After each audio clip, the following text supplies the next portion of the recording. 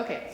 At the behest of Microsoft, I'm required to tell you that I'm not here speaking on behalf of the company, et cetera, and so forth, and anything that I might say doesn't necessarily reflect the position of the company, et cetera, and so forth. Any questions about that? Okay. It was a 14-page document they sent me, and I just kind of summed it up. Yes. Okay, so my challenge from John today was to end on an optimistic note.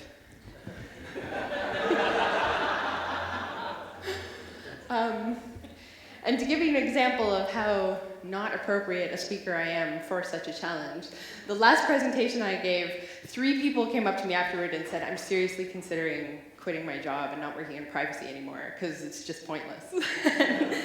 So I'm working really hard today to try and turn that around. And I'm going to do that in a couple of ways. The first thing I want to do is read you a quote, because this always gives me a little bit of reason to get up in the morning. Okay, let's see if I can find it here. Brian Harvey, 1975, okay, from the RFC 686. And his direct statement was, if you have a secret, don't keep it on ARPANET.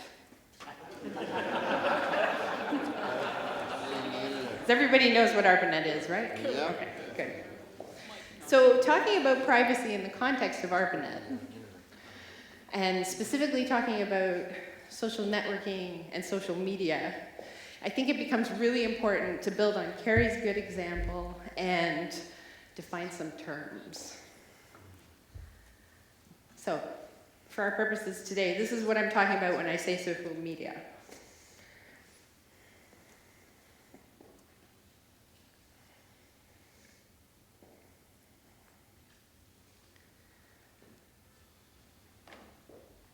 This includes a bunch of different things. 7, specifically. 7 became a very common number in this presentation, and it wasn't on purpose. So it's not a by design thing, but for those of you who are students, you'll find it easier to take notes if you think about it this way. There's really 7 different kinds of social networking sites.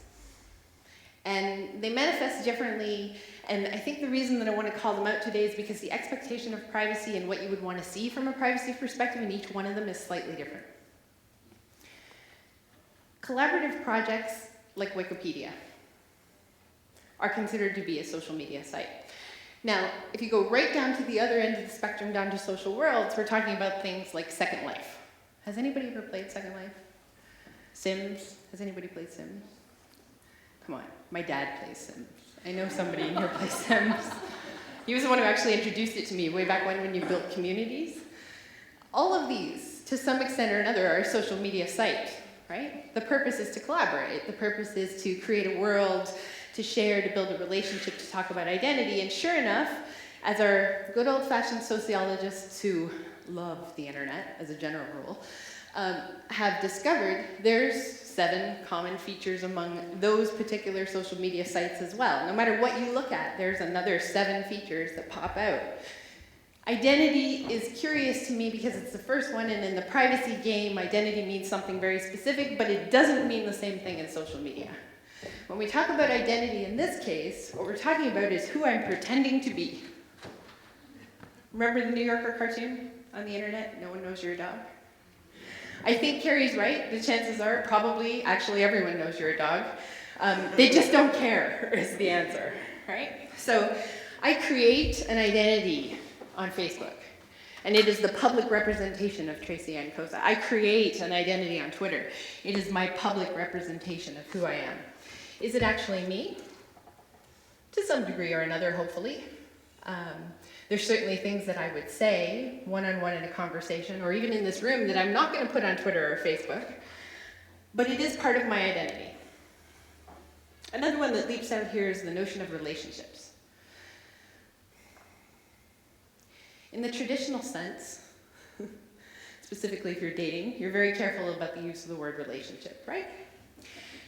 However, in a social media context, I have relationships with everyone, all over the place, and I'm not that excited. I don't have that many Twitter followers, I don't use Reddit all the time, I don't even have that many Facebook friends. However, I have a relationship with each and every one of those people to varying degrees. And that type of relationship governs all the rest of the bubbles you see here on the screen. Presence is a good example. How many people use Skype or some derivative thereof? Okay, so you know how Skype allows you to say you're away, you're offline, etc.? Presence. It's how much of your presence information are you going to share? There's an internal software, well actually, I think we might sell it. It's called Link, and other companies use it, and it's about presence messaging. Yeah, I'm not in sales, it might be obvious. It's about presence messaging as well, and it allows us to do something really odd in the office. At least I find this odd, but I've come to discover this is how a lot of Americans work. I can actually put in specifically what room I'm located in the entire head office area so that somebody can find me. And it's not just a feature, I'm actually expected to do this. So when people can't find me at 10 o'clock on Monday, they'll send me a message and say, what office number are you in? Which I find a little disturbing, but I get the point, right? The point is so that we can enable this whole notion of collaboration and conversation in groups and all of these other things we see as characteristics of social media, but it does filter, and it moves the notion from the virtual world into the physical one, so that my identity becomes more consistent, and it becomes increasingly difficult for me to manage multiple identities in this kind of environment. These are the top social media sites, and it's a third party who tracks how many unique visitors each of these sites get by month, and these are the numbers in billions. I know, right? Who knew? Anybody see that back here? Okay, good.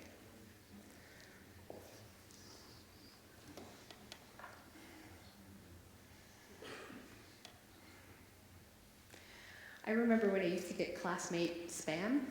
Did anybody else ever get that? Yeah, like 10 years ago, 10 years ago. The most recent article proclaiming the death of Facebook, I think, was 2 days ago. I'm hard-pressed to see that. Does everybody have a Facebook account? No? Come on, I do. I admitted it, so. Okay. I think a lot of us do, whether it's reflecting ourselves or ashamedly my dog has a Facebook page. It may be, she has more friends than I do as well, which is particularly embarrassing, but anyway. I think everybody plays around on these to some extent or another, and that's sort of the interesting part, being as I would say most people have a very instinctive and visceral reaction to the notion of privacy and the invasion of privacy. But I think these things can be reconciled. And I think they can be reconciled when we look at why people join these kind of sites. I'm not a sociologist. It's the one thing I've never actually studied formally.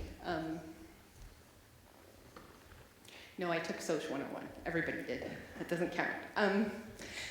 But in it, they stress a lot of this notion of relationships. And I look at it from a privacy perspective and think that's particularly interesting because a relationship belies that you will share some personal information about yourself.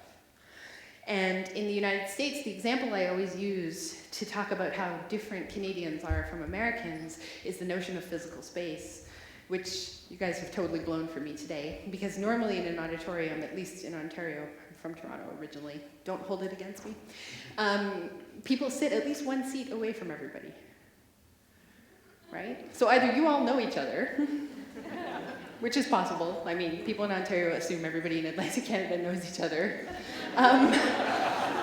Or you're just shooting my example completely out of the water because your average Canadian in the sociological research needs about this much space around them to be comfortable.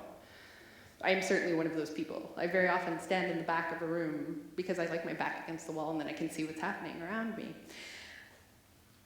But all that goes out the window when we put our finger on the button and log in. And we're online somewhere. And all of a sudden, we share things. We share lots of things, like really intensely personal things. And I think we do it because we think we are being private. And I think that there's probably some really interesting research going to come about how we use the computer impacting how much information we share. If I'm sitting alone with my laptop in the basement, I probably make very different privacy decisions than I do if I'm sitting with my laptop in a room with a bunch of people watching me. But it's just a hypothesis. We want to document ourselves. There's actually services now that you can pay so that once you're dead, they'll go and clean up and manage and continue your online life. The first person I told about that said that they thought that was extremely narcissistic. But as someone with control issues, I kind of thought this was neat. It was a great way to continue my presence. But it is about the memory documentation, and it's a bit about advertising ourselves. You know, I want people to know I study privacy. I want people to talk to me about privacy and what they think about privacy, and I want to share what I think. It's a form of connectivity. A lot of people establish friendships. Mostly everyone I know learns something new every day from the internet. There's an acronym for it now, TIL on Reddit, is where I first saw it anyway. Today I learned. It's usually used for something bizarre, but it can be, I think, a good indicator of the real reason we all go online, to learn something new, to explore. But the real argument that sticks home, why we would trade off our privacy to participate so actively in this online world, is the notion of content creation. And this is the one that Barry Wellman came up with. He's a scholar at the University of Toronto. And he talks about this notion of content creation being the paradigmatic shift. Okay? If you have something really important you want to say, you can just go online and say it. Nobody mediates it. Nobody tells you how to say it better. Nobody corrects your spelling mistakes. Nobody tells you, that's really stupid, actually. You just put it out there, and it's out there. And so in that way, we've actually become almost more democratic with the sharing of our ideas, assuming you have access to the internet and the fulsome information available on it. And that content creation is really where we're sacrificing our privacy. And we're sacrificing it willingly and in droves. And I think most of us are doing it because we are getting a benefit from it. So in order to make that argument a little bit more logical, I'm taking a John Stuart Mill approach. And I'm taking a John Stuart Mill approach because I think it's interesting that Mill was one of the first philosophers who argued about how individual freedom should not come at the behest of the state. And I think that's exactly where privacy needs to be placed, is the notion of individual freedom and expression. So we're going to take this approach that John Stuart Mill talked about briefly in some of his books, where he says that all great movements, and I think privacy is a movement, have 3 stages. They suffer from ridicule, they get discussed, and then at some point or another, they become adopted. So let's talk about ridicule.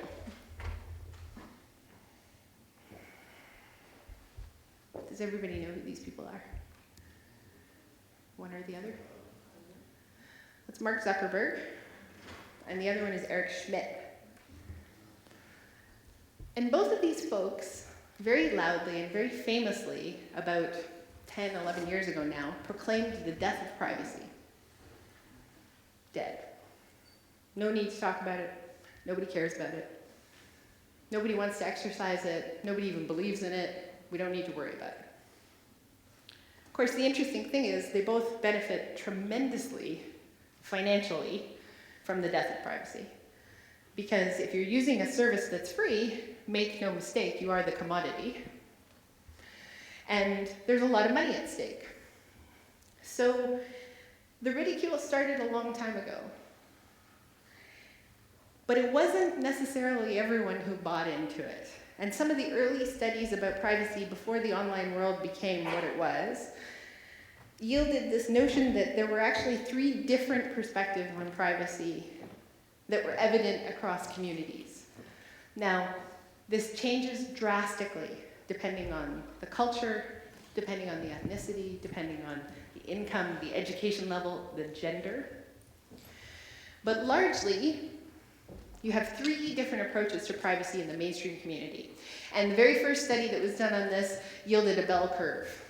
So off on the right-hand side, you had privacy fundamentalists, tinfoil hat wearing folks like me, who believe that everyone everywhere is following them all the time, and they have to be very, very careful about privacy, and they would never tell you anything for anything.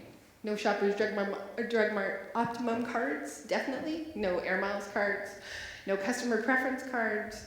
Very, very, very little, if any, use of credit card data, because there's no credit cards, deal only in cash. Those folks all existed at one end of the spectrum, and at the opposite end of the spectrum from them were the people who were considered to be privacy unconcerned. People who, I think the quote in the original article was, would give you a sample of their DNA for a free Big Mac. I like those folks because they're often the ones who say things like, I have nothing to hide. And inevitably, they have something to hide. So they're fun. But in the middle was pretty much everybody else, pragmatists. A little bit of privacy for a 10% discount, okay. And a Shoppers Optimum card that used to yield much better points than it does now. Yeah, okay, fine. Free toilet paper every Tuesday. But what's happened, as these studies have been repeated and applied in different countries, is we're seeing them kind of flatline. So the bell curve doesn't exist in the same distribution anymore. In fact, people are starting to be a little bit more unconcerned on one end and a little bit more fundamentalist on the other and a lot less pragmatic in the middle. And I think that goes to the points that both speakers were talking about earlier today. We don't really know. And I think people are starting to be aware of what we don't know. And that tends to make the opinions shift to one side or the other. Is there more discussion about privacy then, to look to Mill's second point? Well, I would say it's prolific. First, we have the creation of privacy professional communities, the IAPP being the American one, although they have a Canadian chapter. And then the Canadian version, which I think was around first, to be fair. And these are groups and communities that seek to link together all privacy professionals. Anybody in here a member of one or the other? Okay.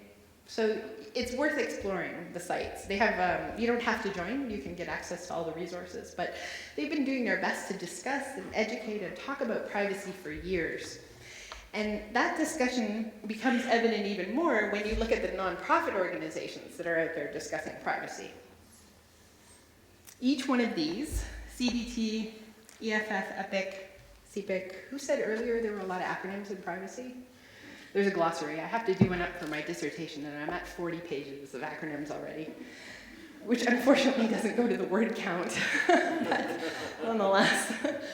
So all of these acronyms stand for really excellent organizations that publish newsletters, that have Facebook presences, that do advocacy work, that issue complaints, that talk about all sorts of different things that are happening with personal information. So I would say the discussion's definitely out there. Now let's look at the news.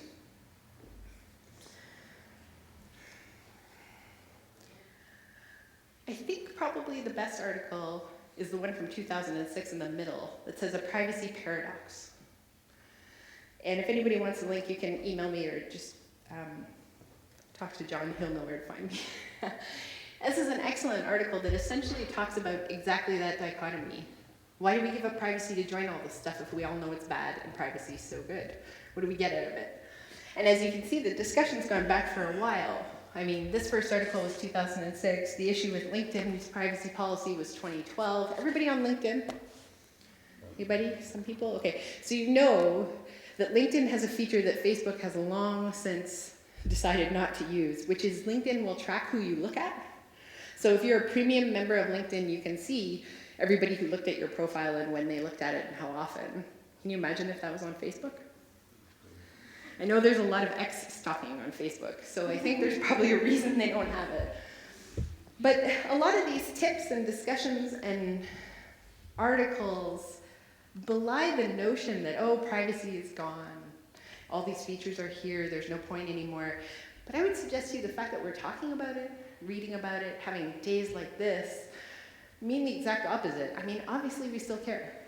Obviously we're still thinking about it. Obviously we're still trying to find a way to reconcile Brian Harvey's comment with the basic human need that we seem to have, not just to control our information, but to also be aware of what's happening to it.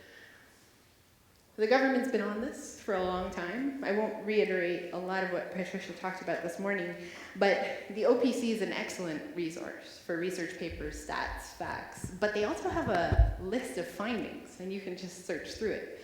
One of the projects I did for school, I sat down and read the 800 or 900, really, findings that had been issued against PEPIDA.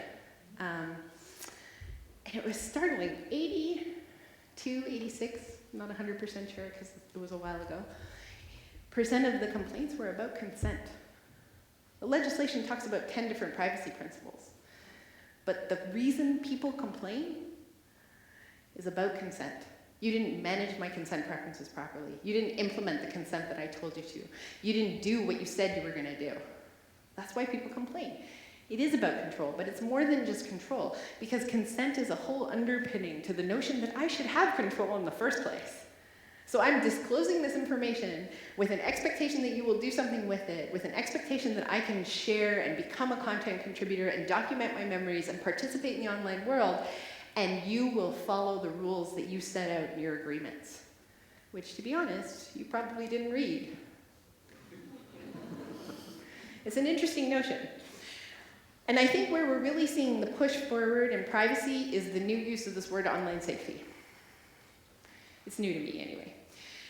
And when we talk about online safety and we see these pushes for Safer Internet Day, for campaigns moving the notion of issue of online safety forward, for documents, for online safety officers, Microsoft has one, lots of other companies do, what we're really talking about is how do we teach people to manage their information properly? How do we teach people to have positive experiences online? And to me, that's just part and parcel of privacy. It's another way that we're talking about how to control our information. So what do we see in terms of adoption? As Carrie mentioned, there's a lot of different features that are coming out, and tools and techniques. You have browser add-ons, you have private browsing. If you don't know how to use this, it's really easy, Control-P, before you browse anything, and it blocks the sending of your data, and it's really an easy thing to implement. There's other tools like the Privacy Bird, which I haven't played with myself, but is built on a certain type of privacy language that's meant to help you understand what's happening with your information, and you don't have to be a technologist to use it. But there's other things we're seeing too. Developers are starting to develop tools that talk about how you build privacy into code. How do you build privacy into requirements? How do you create privacy using the scripts that they use to develop the tools and techniques and the services and the things that we see in social media sites? The other thing we're seeing a lot of is visualizations by folks like Matt McKeon of what does a policy actually look like in terms of how much information gets disclosed and to whom. There's a reason nobody reads them. They're really long and boring, and they don't make a lot of sense. But the more people we have who take those kind of policies and put them in digestible format and do this because they just think it's a good idea, because it's interesting, because they want to know, because they want to share that, the better chance we have of implementing what we all want to see, which is the transparency, I think, and the accountability for what's happening with our data. So these things are out there. In fact, I found this just the other day, and I haven't had a chance to explore it yet. Has anybody heard of Black Phone? Yeah. Yes? Have you explored it more? Because all I've heard about is this. And ostensibly, I think this looks really interesting. I mean, Black Phone is shaping themselves to be privacy and control in a phone. I don't know how they're going to do that. I haven't explored the architectural specs. But the reason this jumped out at me is that this is one of the first products I've ever seen that's selling on privacy, from top to bottom. This is adoption. This is the integration of privacy. This is the recognition that privacy is important and it is a fundamental human right. So where do we actually stand? I think we're firmly in the adoption phase. It doesn't mean we won't hear people ridicule, and it doesn't mean we won't hear people discuss. And part of that discussion is privacy is dead and there's no point anymore. But there's way too many people participating in this discussion to have that be the single solitary point of view.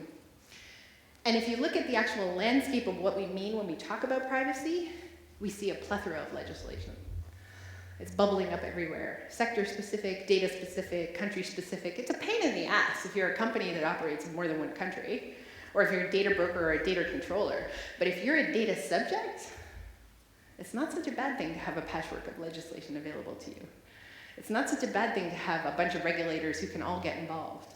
It's not such a bad thing to be able to have multiple routes to track down what's happening to your data and why, and hold somebody accountable for it. The problem is it's not easy. But nothing worth having is. Policies change, organizations change their policies in response to what the consumers and customers want, and governments do too. We see behavioral changes with the advent of online safety, with conferences like this, with folks, what was his name, the guy who wrote the identity theft book? Graham. With folks like Graham publishing books like that and calling people out for carrying the wrong documents.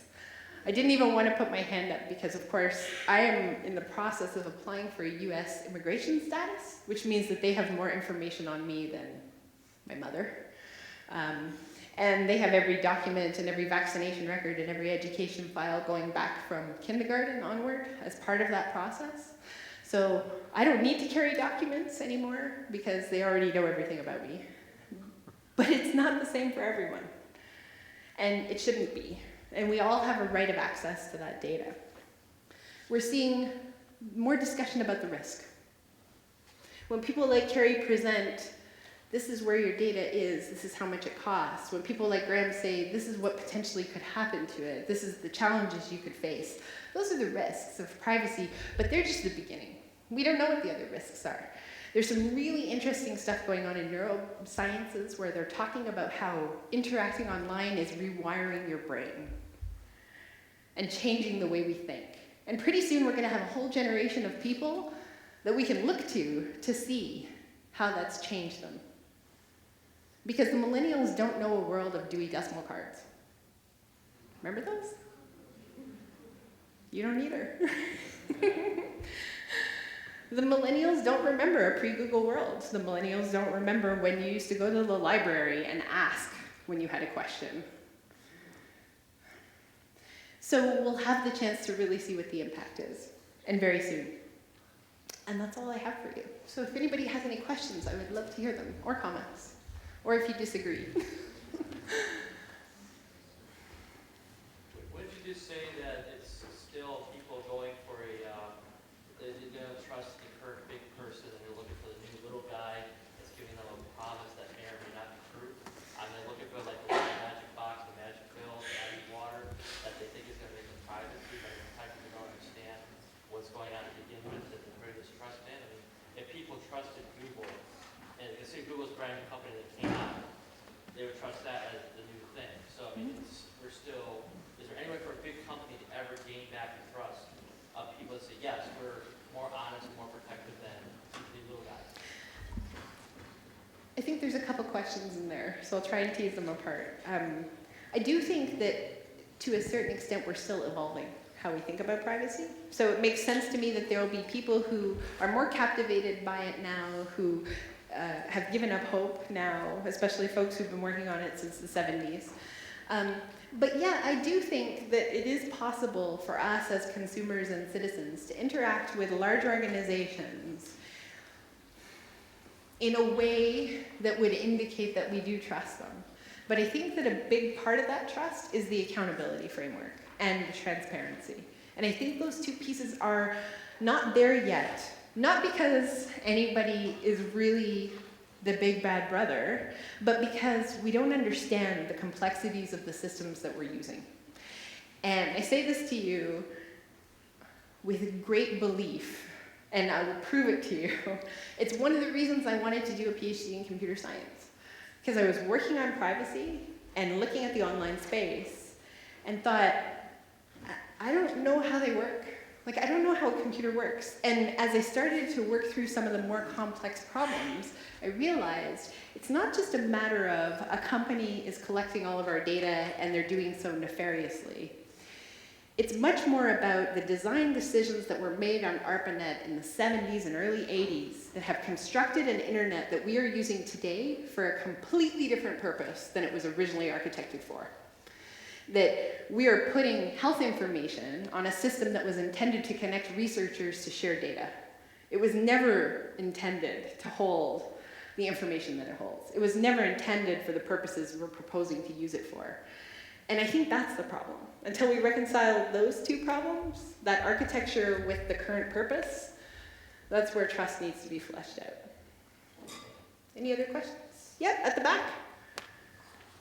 Go for it. Okay.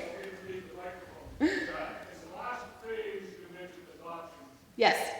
Is there a subset of that which is really a new reality in terms of legislation and regulation that hasn't evolved because privacy laws really began before the electronic age of electronic? Do you see that as a subset of the adoption phase? I'm so glad that you asked that. And yes, I think you're right. There is a subset of adoption that requires us to change the current legal framework that we have for how we think about privacy. And the other part of me, because there's always two sides, thinks that we're rushing to push for more legislation when we really haven't even tried to comply with the laws we have. And I say this to you as somebody who used to do privacy assessments and audits for the government of Ontario, where we made good faith efforts to try and comply with all of this legislation in all of these environments, but time and time and time again, design decisions, cost decisions, service delivery decisions got made along the way, which made 100% compliance virtually impossible. So on the one hand, yeah, I think we've got a disconnect, and it's a big one, and it's mostly about sovereignty, because we have this notion that we can create a law that covers everybody in Canada, but we're living in a reality where our data gets shipped all over the world, and we don't have the ability to infringe on sovereignty and apply those laws in other places yet, in a way that works anyway. But on the other hand, I'm not so sure that we've adequately proven that the current laws don't work for the systems that we have. It's hard, but hard is not the same as impossible. And I think we need to solve that question first, before we push for more laws. Yep. Isn't the danger greater if we pass all the laws that we want, but if we don't have the capacity to monitor compliance, develop any compliance complaints? Yes, absolutely. I would totally agree with that. The current enforcement mechanism doesn't work. You have to have an extremely educated populace on technology, complexities of interconnectivity, and the data flows in order to use a complaint-based enforcement system. And if you create something else, what you effectively need is a privacy police. And I would totally volunteer to be the first one. That's on record. Any other questions? Anyway, yeah? Has there been any kind of studies on the correlation between the pragmatists and the fundamentalists and how much data they have access to? Like, one of the things I look at, how much data I have access to, and I'm very careful about keeping that private, and I don't want my stuff out there because I don't trust the other people that have the access to be as careful as I am. That's a fascinating research question. I haven't seen anything on that yet. My guess would be that people tend to group according to whatever their preferences are, because my instincts are, when you read about the characteristics of each of those three buckets of pragmatists, fundamentalists, it bleeds into other areas of your personality. Yeah. Like, when you Right. look at some of the breaches, the top one, Yep. or the place where, somebody lost a laptop. I was like, what the hell are you doing with that stuff downloaded onto your laptop? Oh yeah, completely. Yeah, and Ontario's had its fair share of those too, with USB keys, lost USB keys that are unencrypted. Yeah, I think that's part of the adoption user problem. Yeah. Any other questions? Okay, well, I'm available afterward, and you're more than welcome to send me emails. So, Well, thank you very much. Thank you so much.